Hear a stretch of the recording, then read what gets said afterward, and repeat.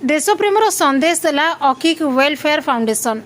तरतुआरे स्वाधीनता दिवस पालन 10 बीएलओ वरिष्ठ सांबादिक सम्मानित।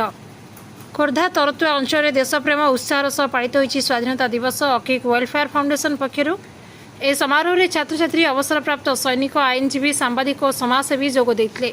सकाळ 10टारे फाउंडेशन अध्यक्ष मोहम्मद रफिक जातीय पताका उत्तोलन करथिले।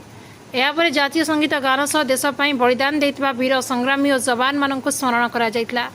कार्यक्रम में छात्र छात्री देशात्मबोधक गीत ओडिया हिंदी और इंग्राजी में भाषण प्रदान करी उपस्थित अतिथि मन जणिथिले। कारी साहेब को देशात्मबोधक संगीत मध्य परिवेश को उत्सवमुखर करथिला। ए अवसर में सरदापुर अंचल 10 जन बीएलओ को सेमानक दायित्वबोध कार्य सम्मानित करा जायतिला। एथिसह समाजसेवा और जनस्वार्थ क्षेत्र में अवदान रखिथिबा वरिष्ठ सांबादिक मानक सम्मान दिया जायतिला। समारोह को सफल करिबारे सरदापुर तरतुआ बेणा पंजुरी ग्रामर युवकों भूमिका प्रशंसनीय थिला। अध्यक्ष मोहम्मद रफिक कहिथिले नुआ पीढ़ी स्वाधीनतार मूल्य बुझिबा सह समाज प्रति निज दायित्व पालन करू। यह आमर मूल लक्ष्य। शेष में देशप्रेम मानविकता सामाजिक सेवा और भाईचारार संदेश दे कार्यक्रम शेष होइतिला। जड़े झीर विवाह प्रत्येक बापा माँ एक बड़ स्वप्न हेले आर्थिक असुविधा जो अनेक गरीब परिवार यही स्वप्न को पूर्ण कर असमर्थ हुई। झीर विवाह दिन पाखे आसुले अर्थ अभाव चिंता परिवार को मानसिक भाव भांगी दिए।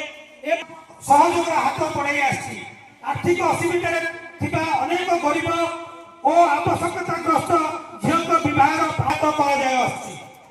यही सहायता पछरे रही एक सह चिंता आर्थिक अभाव जेपरी जन झीर नुआ जीवन आरंभ में बाधा बरं से परिवार को समाज सहित अच्छी बोली अस्त्रोपचार औषध और अन्य जरूरी आवश्यकता सहयोग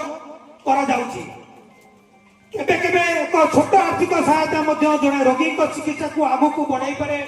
आउ केबे एक समय उपयोगी सहयोग जड़े परिवार को भांगी पड़ू रक्षा करें।